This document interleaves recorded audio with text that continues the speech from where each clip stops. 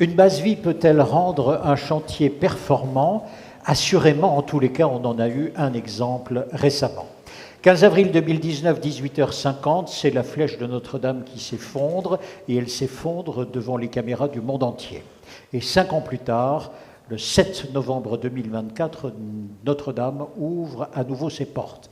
Et entre ces deux dates, vous avez 2000 compagnons mobilisés, 250 entreprises et des corps de métier qui n'avaient plus travaillé ensemble depuis de nombreuses années. Des tailleurs de pierre, des charpentiers, des doreurs, des souffleurs de verre. Chantier d'exception sous contrainte de plomb, avec le monde entier comme témoin. Et c'est là où il apparaît que si un chantier d'une telle envergure a été possible, c'est précisément aussi parce que toute la base vie a été exceptionnelle, et c'est cela que nous allons voir avec deux intervenants. Je vais vous demander d'accueillir avec moi Sébastien Faure et William de Warenne. Je vous en prie, monsieur de Warenne, monsieur Faure, prenez place.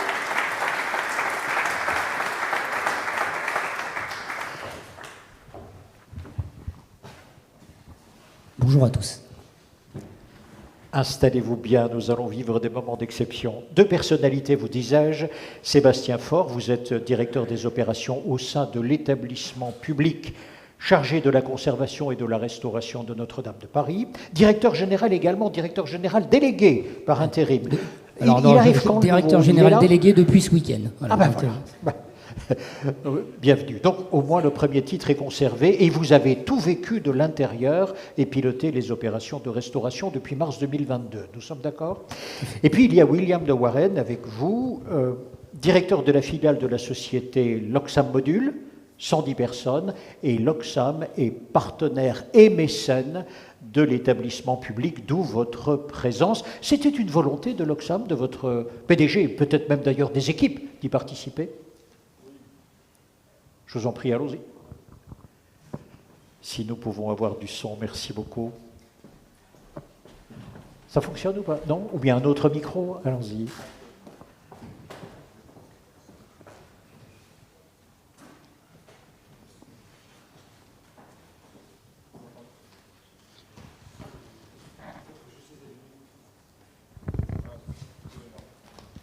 On m'entend? Ah, super.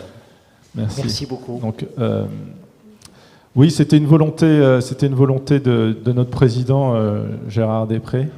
Bien sûr, quand on a tous été ébahis par ce que vous venez de décrire.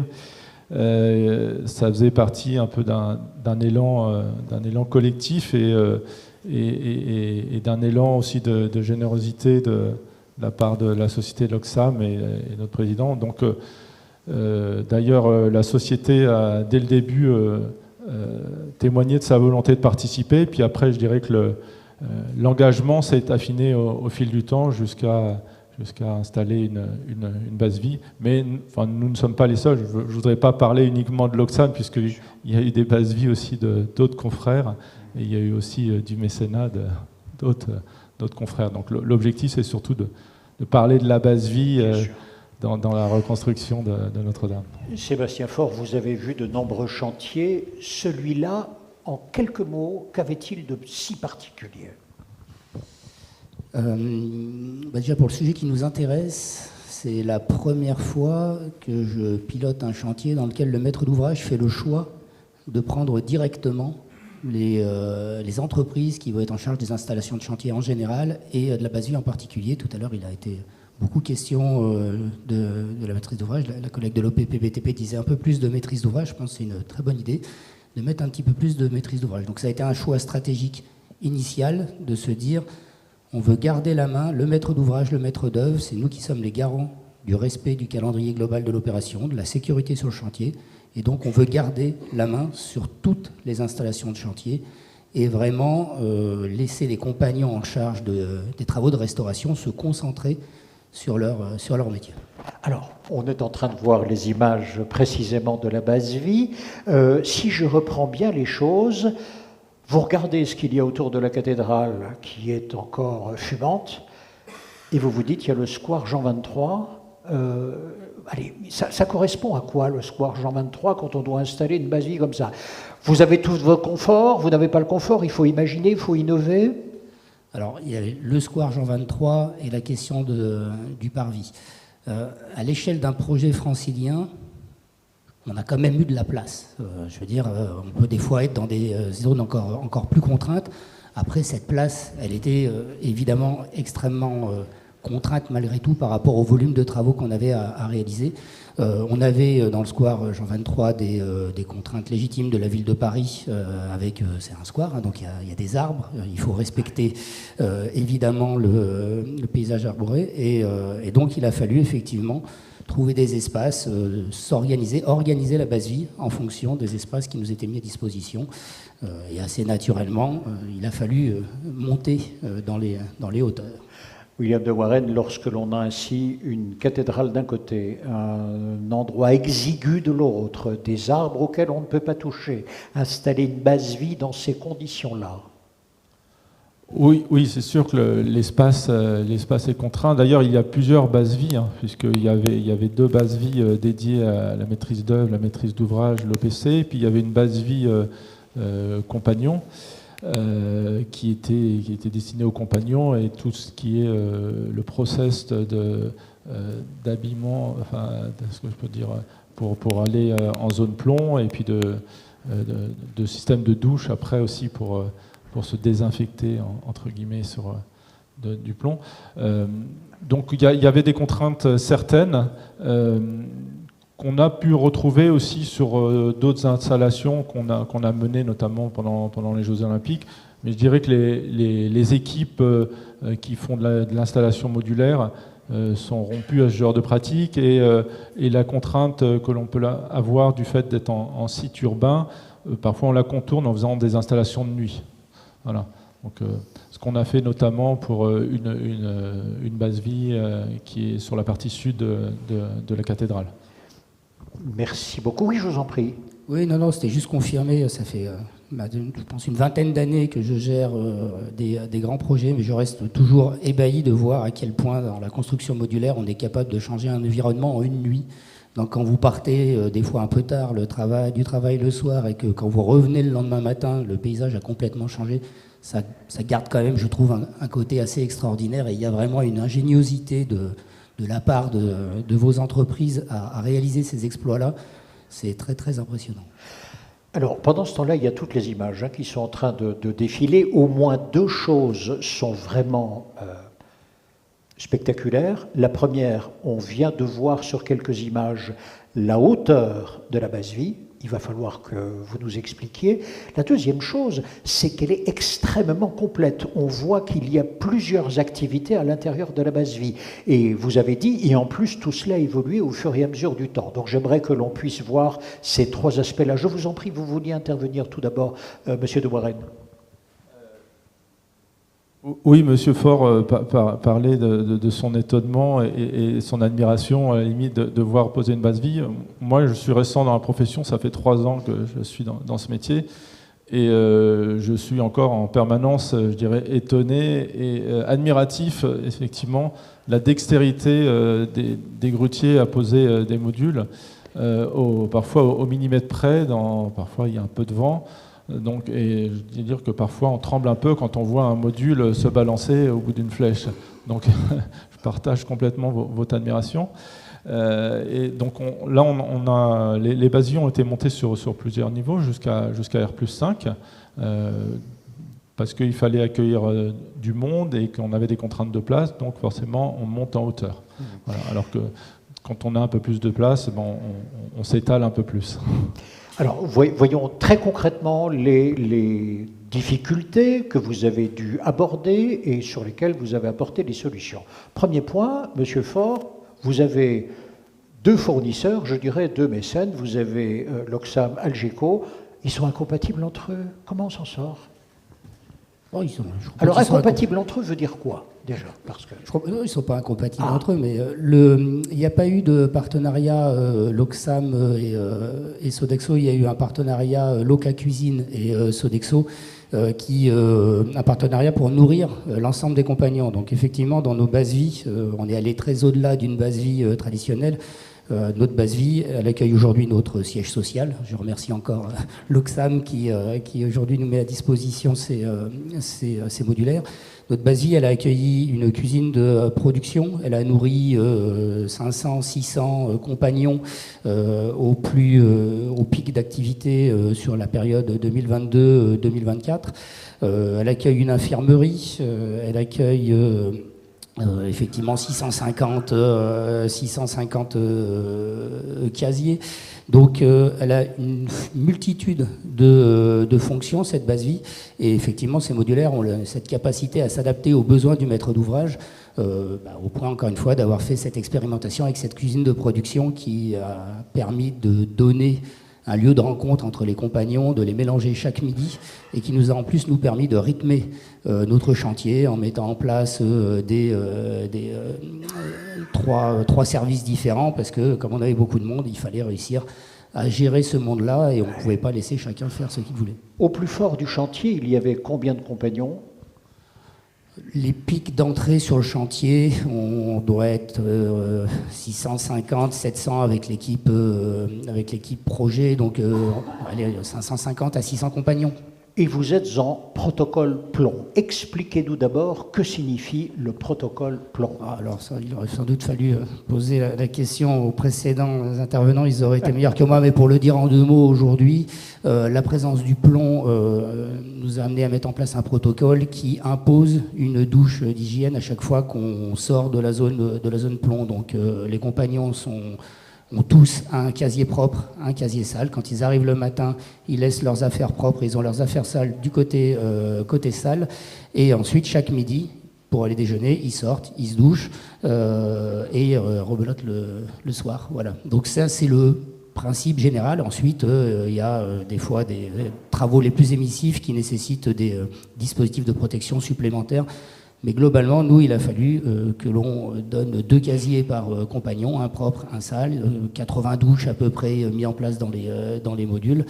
Et notre enjeu essentiel était de pouvoir avoir suffisamment de vestiaires à leur donner, parce que c'était l'élément qui permettait l'efficacité du chantier. C'est pour ça que je suis très content que le maître d'ouvrage ait fait le choix de garder ces contrats-là, parce qu'à un moment, il a fallu transformer cette base vie. Elle a été, y compris par rapport à nos premières hypothèses, on a rajouté un étage sur la base vie, on a transformé des zones réfectoires en zones vestiaires, on a créé de nouveaux réfectoires, et il y a eu une mutation permanente de cette base vie pour s'adapter, je ne vais pas dire au jour le jour, mais par semestre, au moins aux grandes périodes d'évolution du chantier. Selon l'évolution du chantier. Alors, précisément, je me retourne vers vous, monsieur De Warren.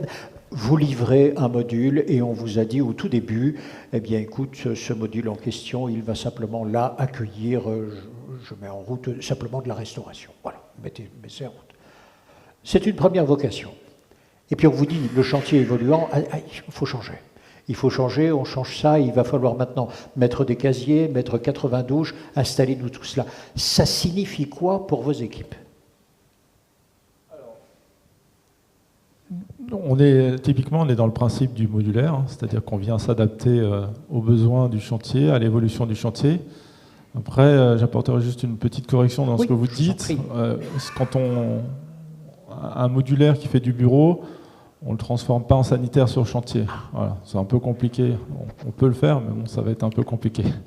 En revanche... Que pouvez-vous transformer alors, juste pour mon information personnelle ? On va pouvoir décloisonner, recréer des cloisons, changer la destination des espaces. D'un bureau, enlever des cloisons pour faire une salle de réunion.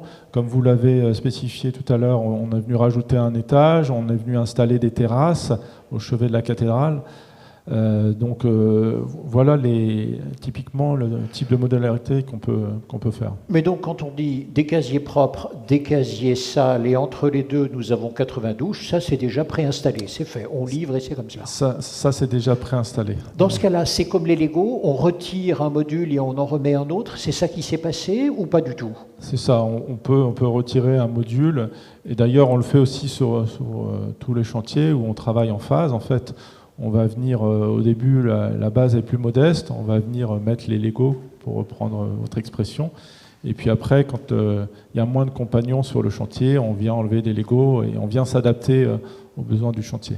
Oui, pardon pour la comparaison. Non, mais je vous en prie, vous avez bien compris que je ne suis pas dans la profession.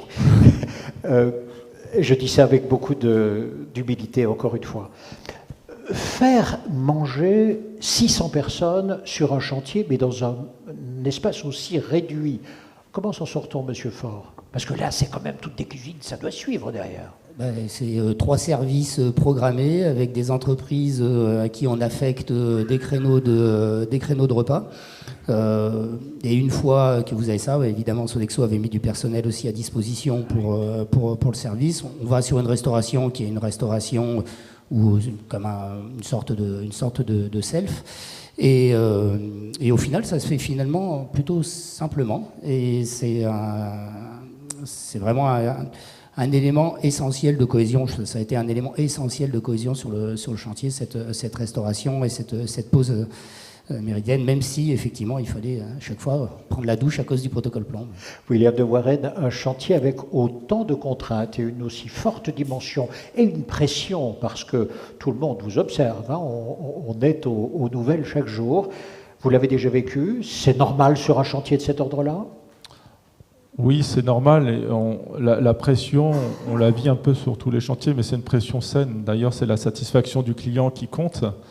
J'ai envie de dire que ce soit Notre-Dame de Paris ou une entreprise plus modeste, il faut qu'on y prête la même attention. Voilà. Donc là, ce que je pourrais dire, c'est que la pression était encore plus importante. On avait le regard de notre président qui attachait beaucoup d'importance au projet. Mais encore une fois, c'est une pression saine. Donc, voilà, oui, en fait, c'est dans des environnements contraints que ça peut rendre les choses compliquées. On l'a vécu sur les Jeux Olympiques, sur des grands événements, sur des événements dans des lieux emblématiques, donc on en reparlera tout à l'heure.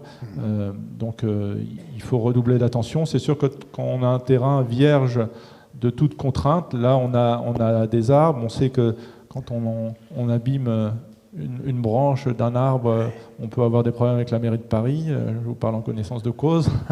Donc on est vigilant sur ce genre de pratique. Sébastien Faure, je reviens un instant sur ce que le protocole plomb. Que dit la loi ou que dit la réglementation sur ce point-là? Avez-vous dû imaginer, mettre en place très concrètement ce qu'une loi abstraite disait, ou bien est-ce que la réglementation vous aidait sur toutes les installations que vous pouviez imaginer? Non, alors déjà, on a été extrêmement accompagné par l'OPPBTP. On a un chantier qui était visité à peu près une fois par semaine par la CRAMIF, je le cite moi-même, et par l'inspection du travail. Donc on a eu tous les conseils nécessaires pour la mise en place de cette base vie. Quand on a rentré dans la restauration, on a fait le choix de s'associer à les services d'un CSPS et d'un préventeur avec des personnes qui étaient à demeure sur le chantier, ce qui est extrêmement rare. Voilà, donc on avait un certain nombre de spécialistes qui nous ont aidés à mettre en place ces dispositifs, sachant que ce que dit la loi, c'est qu'il faut atteindre le plus bas niveau possible de plomb, limiter l'exposition. Et donc ça s'est fait avec l'aide de tous ces partenaires. C'était la force de Notre-Dame, il y avait quand même une envie collective de réussir. Et les choses n'ont pas été faites sous la contrainte, les choses elles ont été faites sous l'objectif d'exemplarité. Voilà. Donc pour reprendre le terme de pression dont on parlait tout à l'heure, Notre-Dame c'est une pression qui est extrêmement positive. Et cette pression positive, elle passe aussi par la qualité des services qu'on a mis à disposition des restaurateurs et en particulier les espaces de vie qui leur ont été mis à disposition. Voilà, donc on a eu 600 compagnons qui étaient tous extrêmement heureux de venir sur ce chantier, qui savaient qu'il y avait un objectif qui était un objectif ambitieux, mais qui était porté par tous. Et ils voyaient que le maître d'ouvrage, la maîtrise d'œuvre et les entreprises en charge des installations de chantier étaient vraiment là pour répondre à leurs attentes. Donc ça a créé de l'enthousiasme, de la pression, mais encore une fois de la pression positive. Donc l'ambiance sur le chantier est belle. Simplement, y a-t-il eu un jour, une semaine peut-être, j'espère pas, mais où vous vous êtes dit, là je ne sais pas comment on va en sortir. La contrainte que nous avons, par exemple, lorsque vous dites, mais il faut faire évoluer cette base vie, il faut décloisonner ici, je crois qu'il faut faire ci ou ça, c'est-à-dire qu'il y a un nouveau plan qui est devant soi, mais il faut opérer la transformation. Racontez-nous. Déjà, avec le choix de garder la main sur toutes les installations de chantier, donc du côté de l'établissement public, il y avait un chef de projet qui était dédié à cette mission-là. Du côté de la maîtrise d'œuvre, ils avaient l'agence Patriarche qui faisait partie de cette équipe et qui était dédiée à ces missions-là. Donc elles ont été quand même pensées très tôt. Et sur Notre-Dame, on avait la chance aussi de pouvoir très vite obtenir des réponses. Globalement, quand on appelait les entreprises, on avait une réponse quasi immédiate. Donc, sincèrement, est-ce qu'il y a eu des moments où on s'est dit on pourrait ne pas y arriver? Non, non, vraiment. Le plan B était exclu. D'accord. On va au plan A, point final. Parce que quand même, on n'est pas ici avec un plan. On part de zéro et on sait quel édifice on va construire. Ici, vous avez une destruction dont il faut faire l'inventaire avec des fragilisations de partout. On ne sait pas en face de quoi nous nous trouvons nécessairement. Et peut-être d'ailleurs qu'au fur et à mesure du temps, on constatera encore des choses que l'on n'avait pas prévues. C'est en ce sens-là où je dis, est-ce que la base vie, vous aviez tout son plan et tout son organigramme déjà prêt, ou bien est-ce que vous avez dû faire évoluer au fur et à mesure? Mais en fait, il y a eu, jusqu'à la réouverture, il y a eu 2 grandes phases dans l'opération. Il y a eu une phase de sécurisation, donc immédiatement après l'incendie, dans ce qu'on appelle une procédure d'urgence impérieuse, et elle est allée donc d'avril 2019 jusqu'à l'été 2021. Pendant cette phase de sécurisation, où là, il a fallu apprendre un peu instantanément, là où au départ, le protocole plomb n'a pas été mis en place tout de suite, le chantier a été arrêté à cause de ça. Il a connu le Covid aussi, ce qui a mis un petit peu de complexité supplémentaire. Donc on a ces 2 années de sécurisation en urgence impérieuse où il fallait prendre des décisions rapidement, où il n'y avait pas eu le temps de penser cette phase-là. Mais pendant ces 2 années-là, la maîtrise d'œuvre a réalisé tous ses diagnostics, elle a mené ses études, et quand on est arrivé à la phase de restauration qui a commencé à l'été 2022, eh bien on avait eu le temps de penser les installations de chantier et de penser les contrats pour qu'ils soient agiles, ce qui allait encore une fois tout à fait parfaitement avec les partenaires qu'on a recrutés, puisque comme le disait le président en introduction, cette agilité-là, elle est quand même omniprésente dans vos métiers, et on a su en profiter à plein pendant toutes les années de restauration. Dans cette deuxième phase, à partir du moment où pratiquement la planification de la restauration était là, est-ce que vous saviez vers quelle époque à peu près vous deviez faire évoluer votre base vie? Oui, les grandes périodes d'évolution, donc c'est été 2022, où là on a dû à peu près multiplier par 3 les surfaces de la base vie. On avait en phase de sécurisation peut-être 150 compagnons, et quand on a attaqué la phase 2, on s'attendait à avoir 400 à 500 compagnons.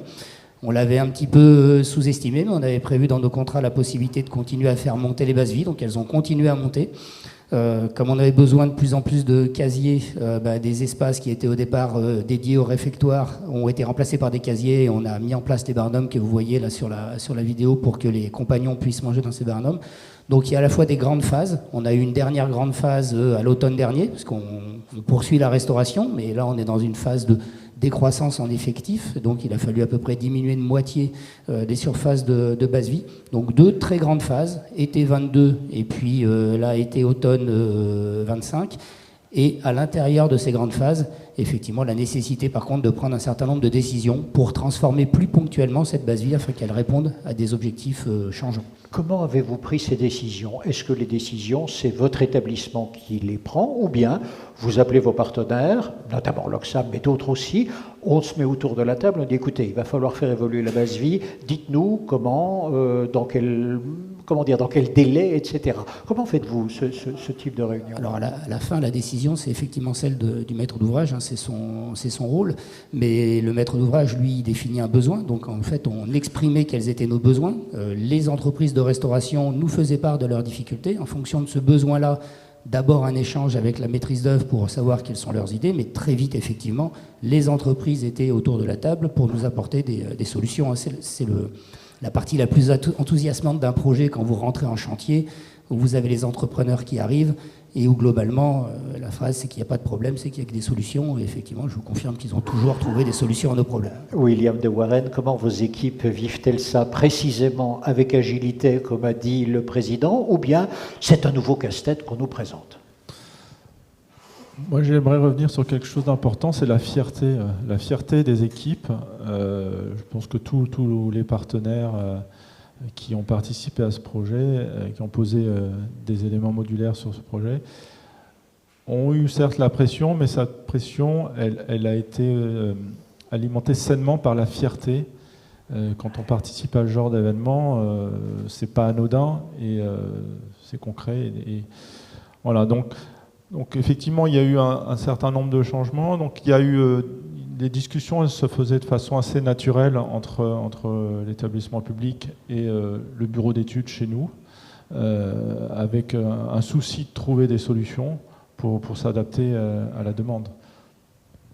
C'est la deuxième fois ou la troisième fois que l'un et l'autre vous insistez sur le fait que la nature même du chantier portait les esprits, les cœurs, les enthousiasmes, et vous ajoutez ici un mot, la fierté qu'il y avait parmi tous les compagnons, et tous ceux d'ailleurs qui étaient impliqués dans le chantier, de pouvoir y travailler et de pouvoir apporter sa contribution. Important. On ne retrouve pas ce même esprit sur les autres chantiers, je veux dire parce que la nature est différente, parce que l'objet est différent, parce que...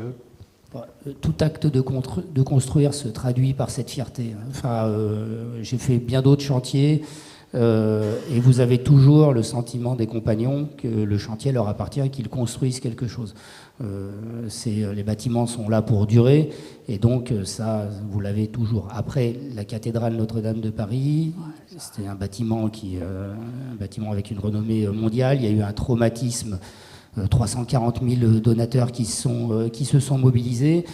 On a pu sécuriser tout de suite le financement. Il y a eu une décision, un objectif qui a été fixé très rapidement par le président de la République et qui a été un objectif extrêmement fédérateur pour tous les compagnons. Alors, c'était un objectif présidentiel avant que d'être industriel. Je veux dire par là, vous a-t-on consulté pour dire le délai sera de 5 ans Oui, consulté, mais... Enfin, 5 ans, de toute façon, quand vous travaillez dans le bâtiment, c'est un délai pas anormal pour une très grande opération. Vous êtes sur 2 ans, 3 ans. Après, évidemment, si vous êtes en site occupé, ça devient beaucoup plus compliqué. Mais sur un site libre, c'était un challenge. Il y avait un certain nombre d'inquiétudes. Il aurait peut-être pu dire 6 ans, il a bien fait de dire 5, parce que peut-être qu'on se serait senti trop tranquille s'il avait dit 6. Donc consulter, mais après la décision est arrivée extrêmement vite et il y avait beaucoup de sceptiques, parce que c'est pas forcément la tradition du patrimoine que d'enserrer un projet de restauration dans un calendrier. Voilà, là ça a été fait et on est tous convaincus que c'est un élément qui a été décisif dans la réussite du projet. Merci beaucoup. Autrement dit, un délai contraint. Mais délai contraint sur quoi? Pour y répondre, pour pouvoir le réaliser dans ce temps-là, on a mis d'autres normes. On a fait autrement. On n'a pas fait comme d'habitude. Alors, rappelez qu'il n'y a pas eu de loi d'exception. C'est-à-dire sur Notre-Dame, on n'a eu aucune autorisation particulière qu'un autre chantier classique n'aurait pas. Je dirais même qu'on a sans doute été... l'établissement public le plus contrôlé. Encore une fois, je le disais tout à l'heure, inspection du travail, CRAMIF, et c'était très important, mais également Cour des comptes. Après, oui, il y a des choses qui ont été, encore une fois, ce choix de faire une opération à loti. On doit avoir 200 marchés de travaux. Je pense qu'une opération avec 200 lots, je n'en ferai plus jamais. Donc ça a été un choix de départ, une particularité. Et la création de cet établissement public a aussi été un choix, une décision. L'association de 3 architectes en chef, mais très vite, à un moment, il y avait des préoccupations pour savoir si les compétences seraient présentes en France. Et en fait, on a été très vite rassurés. Et ce qu'on a vu se réaliser était même encore au-delà de ce qu'on avait imaginé, parce qu'effectivement, les entreprises, pour l'essentiel quasi exclusivement françaises, étaient parfaitement dimensionnés, avaient toutes les compétences pour faire tout ce qu'on leur a demandé de faire. Donc une belle réussite collective européenne, mais encore plus française. Mais vous dites ça même, ça vous a étonné. Vous pensiez même qu'il y aurait peut-être quelques compétences qui allaient manquer sur le chantier? Pas du tout. Ça faisait quelques dizaines d'années la dernière grande restauration, c'était la restauration de Genneviève-le-Duc au 19e. Donc engager une telle opération, on avait quand même assez peu de références. Il y a eu des inquiétudes pour la fourniture des chaînes qui ont été nécessaires à la reconstruction de la charpente. En fait, ces inquiétudes ont été très vite levées. Et effectivement, au départ, on s'est posé la question de savoir si le tissu, parce que c'est quand même beaucoup des petites et moyennes entreprises qui sont les entreprises du patrimoine, est-ce qu'elles vont être capables de s'organiser? Est-ce qu'elles vont être capables de s'associer? Est-ce qu'on va pouvoir mettre en place des groupements?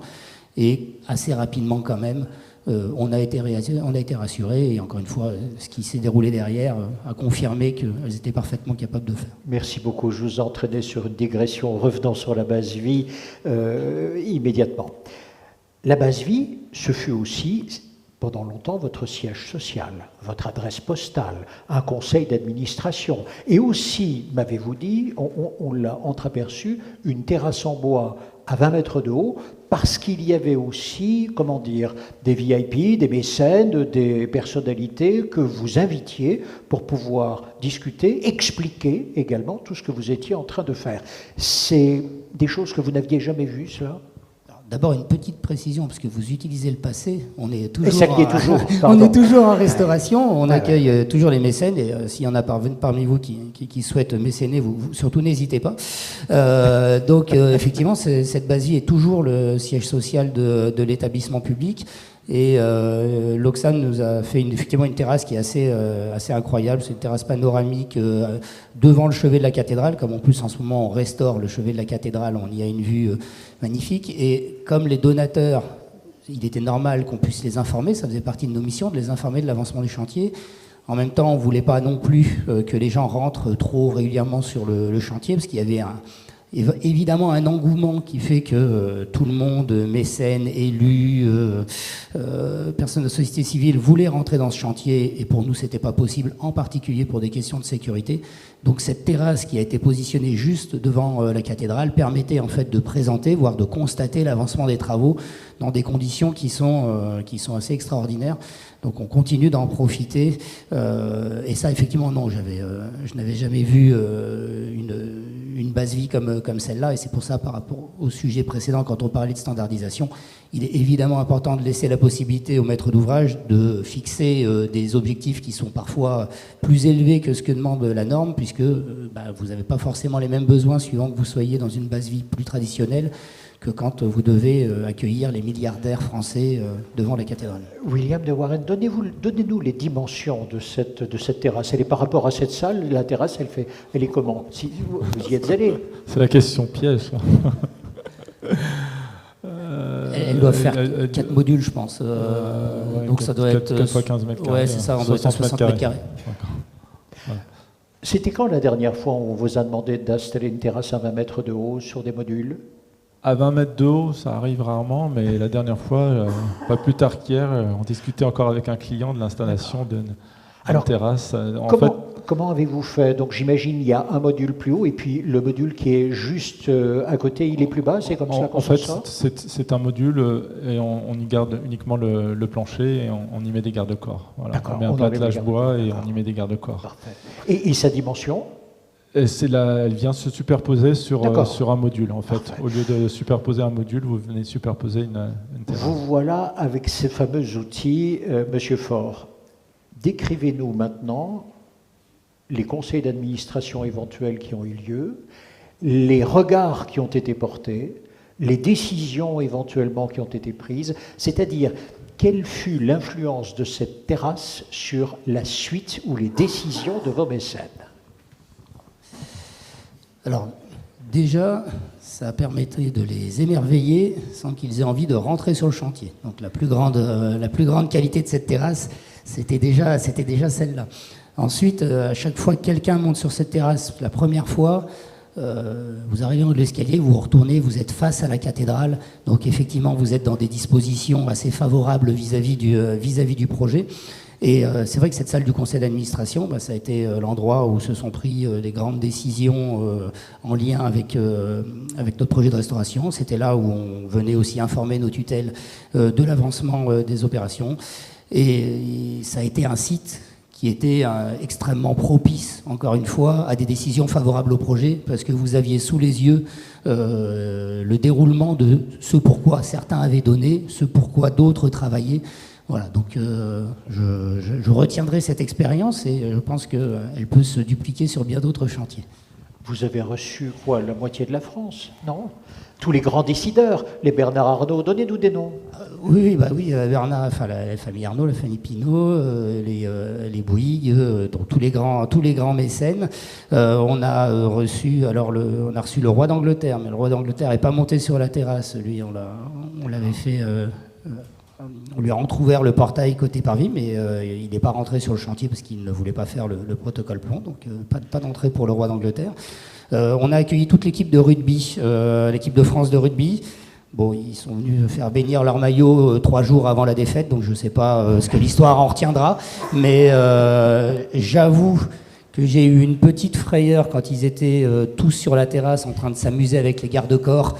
Mais comme quoi ça avait été bien conçu parce que les garde-corps ont résisté, mais ça a quand même été un petit moment de solitude. Tout à l'heure je vous disais que j'avais jamais douté, là j'étais en bas, j'ai quand même eu une petite inquiétude. Mais voilà, j'ai une anecdote sur les garde-corps. Est-ce que vous savez comment est-ce que ça s'appelle le test pour tester la solidité d'un garde-corps? Quelqu'un sait dans la salle? Le test de la belle-mère. Et pourquoi? Parce qu'en fait, on y prend un sac qu'on met à certaine hauteur et on le lâche et il vient percuter le garde-corps et on vérifie la solidité du garde-corps. Comme un pendule, voilà. C'est ça? Et vous appelez ça le test de la belle-mère? Je ne sais pas si c'est le nom standard normatif, mais en tout cas, c'est l'établissement public, on parle de test au sac. Hein, on ne se permet pas ce type de... voilà. Et moi, j'aimerais rajouter effectivement cette terrasse. J'ai eu la chance d'y aller. Et quand on y est, c'était de nuit. Donc il y a un effet waouh. Et je comprends, ça incite à devenir mécène. Et tout à l'heure, on parlait d'image de marque d'un chantier. C'est vrai que la base vie, elle est importante pour le maître d'ouvrage, elle est importante pour l'entreprise. Puisque en fait, quand on voit une base vie de qualité, ça préfigure aussi la qualité qui peut être mise en œuvre pour réaliser le chantier. Donc quand on voit une base vie sale, hein, on se dit comment va être réalisé le chantier. En revanche, quand on voit une base vie d'une certaine qualité, ça pose quand même de bonnes bases, hein, si je peux me permettre. Donc c'est important. Utile, en effet. 20 ans de chantier, vous n'avez jamais vu autant d'évolutions différentes. Qu'avez-vous appris, Monsieur Faure, avec Notre-Dame de Paris? Alors, qu'est-ce que j'ai appris avec Notre-Dame de Paris? Si on revient quand même aux clés de cette réussite, une opération avec un budget, c'est quand même la première chose, c'est important, un budget sécurisé. Ensuite, un objectif ambitieux. Je pense que c'était important que cette opération soit personnalisée, d'abord avec le général Georges Lain, puis ensuite avec Philippe Jost. La confiance, encore une fois, qu'on a mis en place avec l'ensemble des entreprises, et je le redis, cette confiance, elle est aussi passée dans la qualité de ce qu'on a mis à leur disposition pour faire leur travail. Ça a été un élément essentiel, et ça, je ne l'avais jamais fait, mais je pense que je serai amené à renouveler l'expérience de prendre directement les contrats d'installation de chantier pour que les bonnes décisions soient prises. C'est des décisions qui ne doivent pas être, pour moi, déléguées à une entreprise qui sous-traiterait la réalisation d'une base vie ou autre. C'est la question de la base vie, ça a été rappelé tout à l'heure, c'est un sujet de maître d'ouvrage. La question de la sécurité, de l'hygiène, ce sont des sujets de maître d'ouvrage.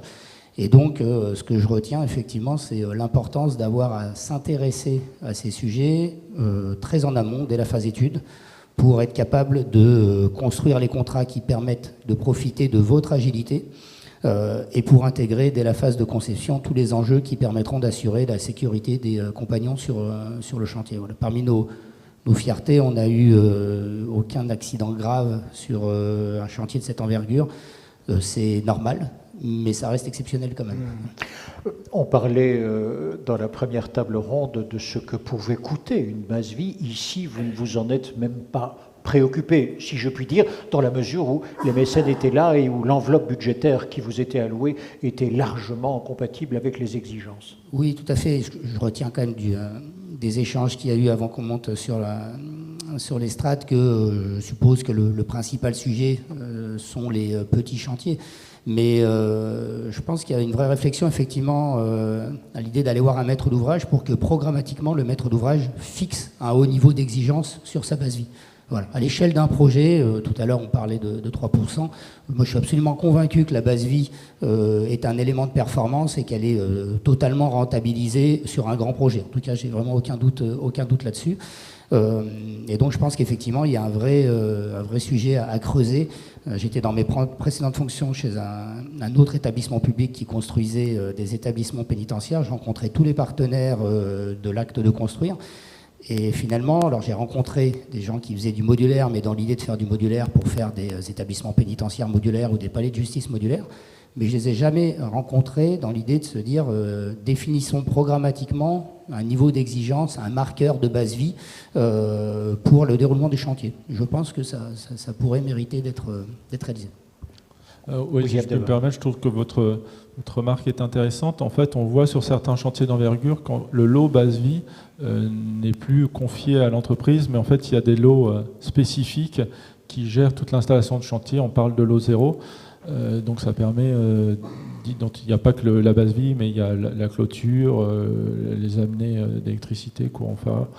Donc ça rejoint le constat que vous faites. William de Warren, même question pour vous, pour vos équipes. Effectivement, vous nous avez déjà dit que vous étiez sur des grands projets, parfois les Jeux Olympiques, par exemple. Hein. Ici, sur le chantier de Notre-Dame, qu'avez-vous appris que vous n'aviez jamais rencontré sur un autre chantier? On apprend... non, peut-être rien. Hein, il ne faut pas nécessairement chercher. Si vous me dites, vous savez, c'est comme tous les chantiers, il n'y a aucun souci pour moi. Non, c'est pas comme tous les chantiers. Ça reste un chantier exceptionnel. La base vie en elle-même, elle n'a rien de compliqué. À part que c'est une base vie stable au feu compte tenu de la hauteur, puisqu'à partir de R+2, on est en stable au feu, puisqu'il y a des contraintes réglementaires. Mais sinon, le plus difficile reste l'installation dans un espace contraint. Voilà. Après, le reste, Sébastien Faure, voilà 5 années. Les 5 années se terminent presque. Que s'est-il passé? J'aimerais que là, vous nous racontiez vraiment le dessous, la coulisse. À un moment donné, j'imagine que l'Élysée s'inquiète. Est-ce que vous serez dans les temps? Parce que la parole présidentielle est en jeu. Il a annoncé 5 ans. Il y avait une inquiétude du côté de l'Élysée. Vous-même, vous étiez inquiet sur la tenue des délais. Comment se sont passés les 3 derniers mois? Alors, au risque de vous décevoir, non, il n'y avait aucune inquiétude. L'annonce du jour de réception a été faite par le président de la République 1 an à l'avance. Quand j'ai pris mon poste en mars 2022, la date du 8 décembre, elle était déjà dans nos calendriers.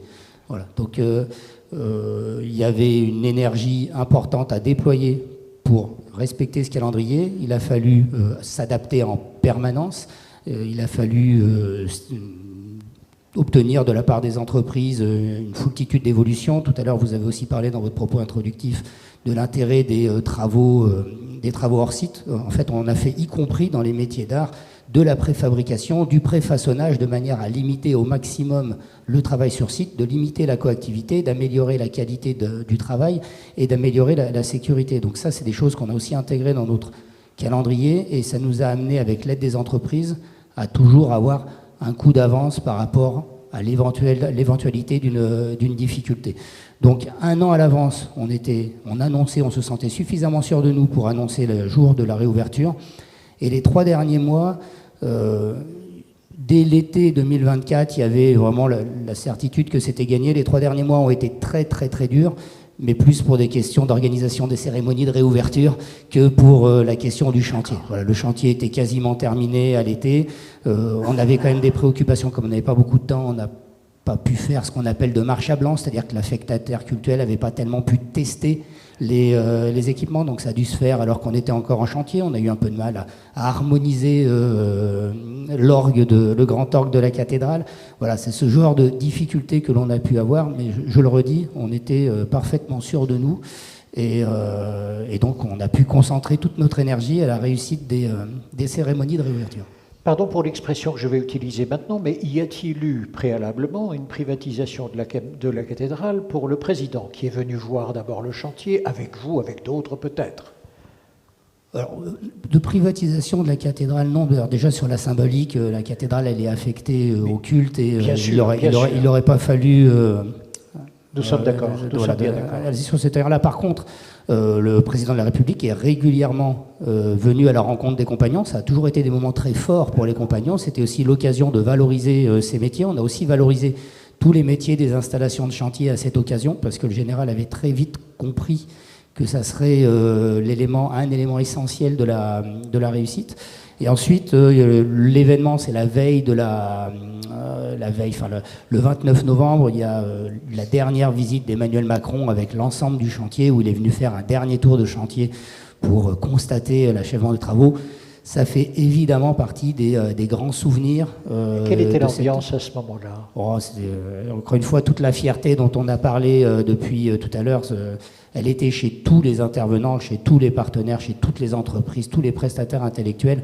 Donc il y avait une immense fierté collective de pouvoir présenter, de savoir que quelques jours plus tard, on présenterait au monde entier le résultat de ce travail-là. Donc on était un peu fatigués, mais on était totalement enthousiastes et extrêmement fiers du chemin parcouru. William de Warren, comment vos équipes ont-elles vécu ce moment où à la télévision, elles ont pu voir, comme nous tous d'ailleurs, cette première messe où il y avait les puissants du monde, avec notamment Elon Musk, mais dans un cadre qui était complètement rénové, réussi, et vous disiez, mais notre base vie, elle est juste à côté.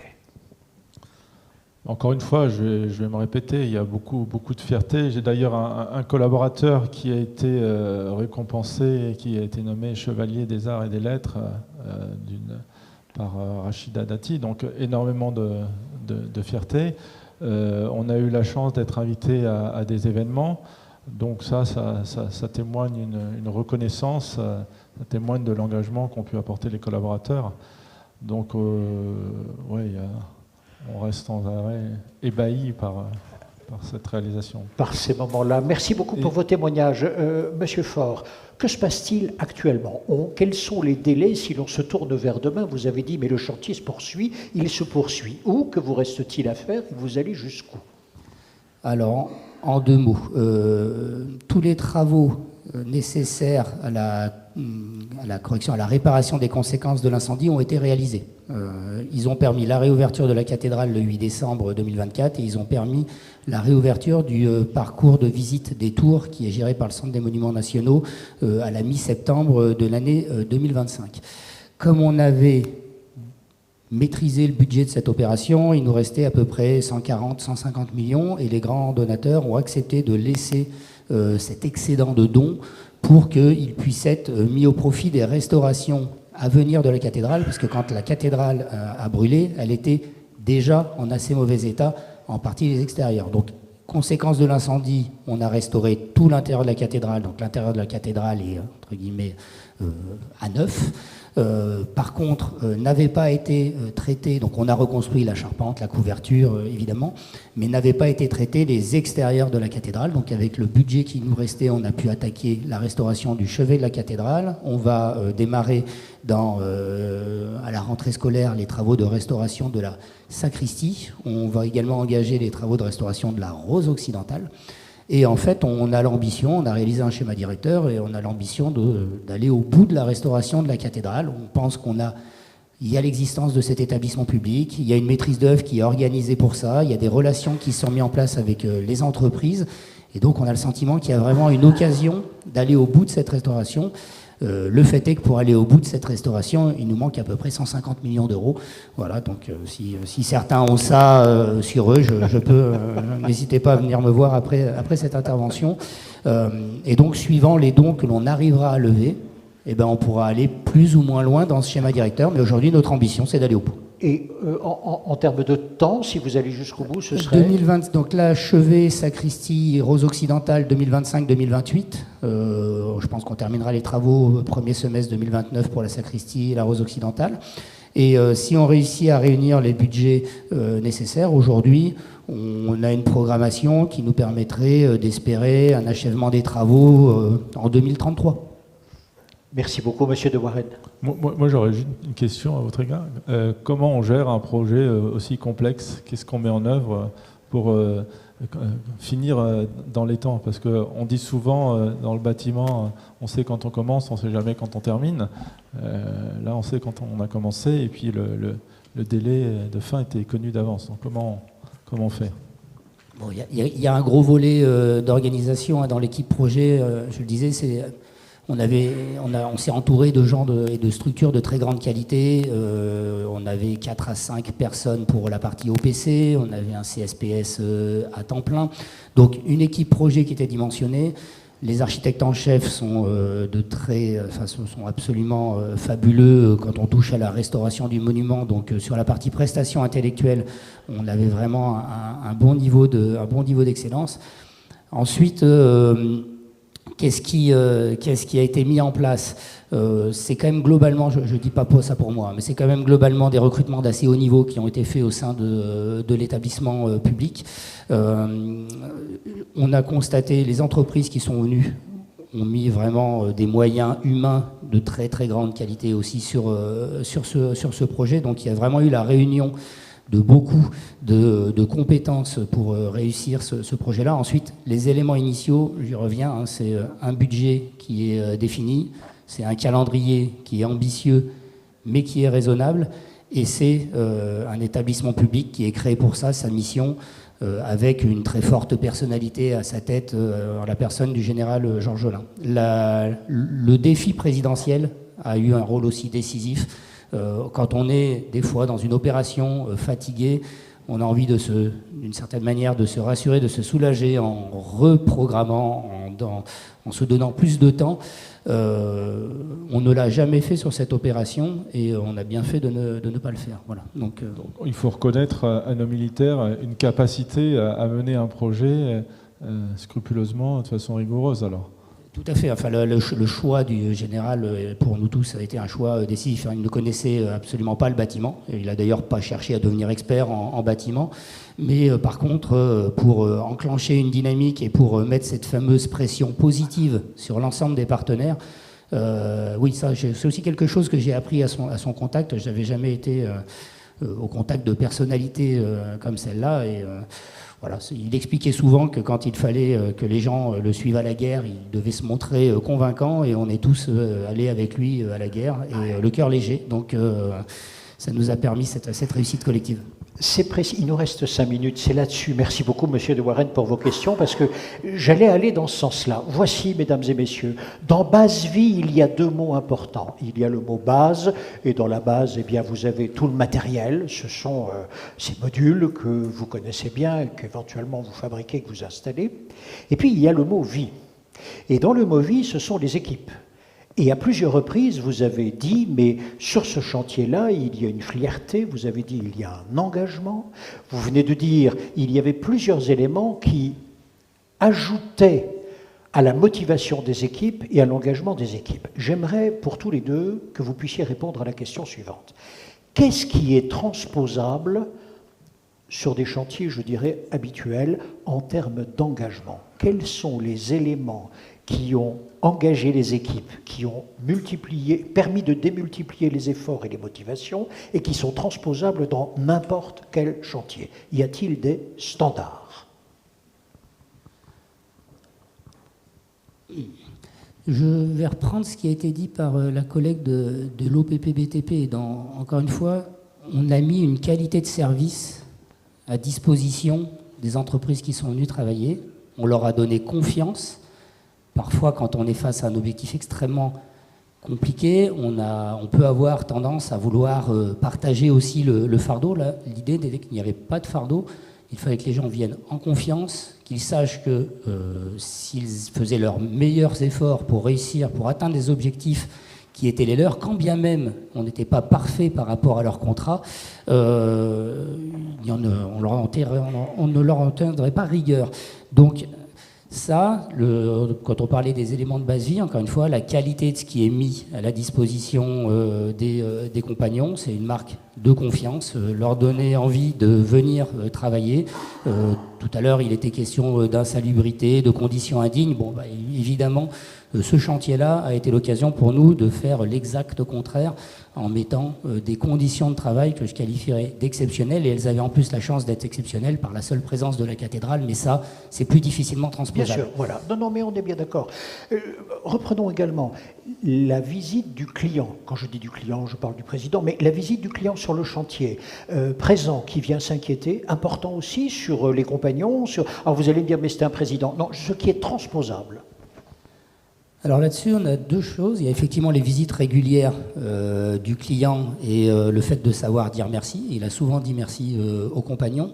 Et le général avait mis en place un autre système, c'est que nous allions à la rencontre des entreprises, c'est-à-dire que dans la préfabrication hors site, il y a beaucoup de choses qui se font en dehors du chantier. Et encore une fois, nous, on a transposé ça sur les travaux aussi MH. Et comme il y avait énormément de choses qui se faisaient dans les ateliers des entreprises, le général a très vite décidé que, alors en plus il emmenait la presse avec lui, ce qui pouvait donner un petit côté sympathique supplémentaire, mais en fait on est allé à la rencontre des entreprises. Voilà, ça c'est quelque chose aussi que je n'avais encore jamais fait, quelque chose que j'ai retenu pour ma pratique du métier, d'être capable d'aller voir ce qu'il se passe dans vos locaux, parce qu'en fait on y retrouve plein d'innovations, on y retrouve le fait qu'on partage souvent des objectifs communs sur la qualité de travail, sur les conditions et autres.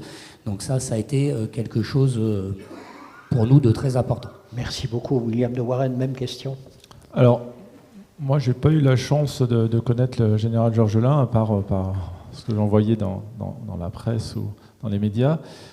Moi, ce que je retiendrai, c'est le management de cette opération et déjà l'expression du chef, la vision vers où on veut aller. Donc ça a été clairement exprimé d'abord par le président de la République, puis après ça a été incarné par le général Georgelin. Et après, ce qui a dû contribuer à la réussite du projet, c'est comme vous venez de le dire, c'est de sans cesse aller sur le terrain, au contact des équipes, de voir ce qui s'y passe, de comprendre. C'est un peu les principes d'amélioration continue. C'est en permanence, on a une vision, on a une idée de la chose, mais après on va voir les opérationnels pour comprendre et ajuster. Donc c'est un principe que tout bon manager doit appliquer, se doit mettre en œuvre. Voilà, donc moi c'est ce que je retiendrai pour la réussite d'opérations à venir. Et en tout cas, si je peux en tirer un enseignement pour moi-même, en tout cas. Voilà. Merci beaucoup. Merci beaucoup pour vos témoignages à tous les deux. Puis-je demander de les applaudir, mesdames et messieurs.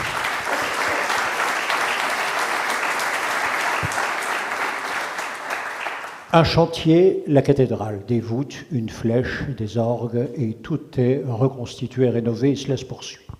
Un autre chantier à côté, la base-vie.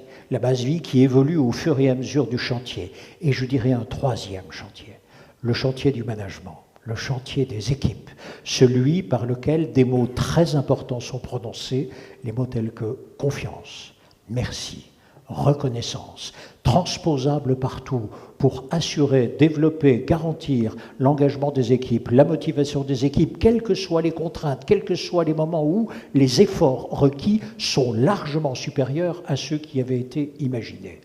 Peut-être ces trois chantiers-là peuvent-ils vous inspirer. Merci beaucoup pour votre attention. Nous nous retrouvons dans une demi-heure.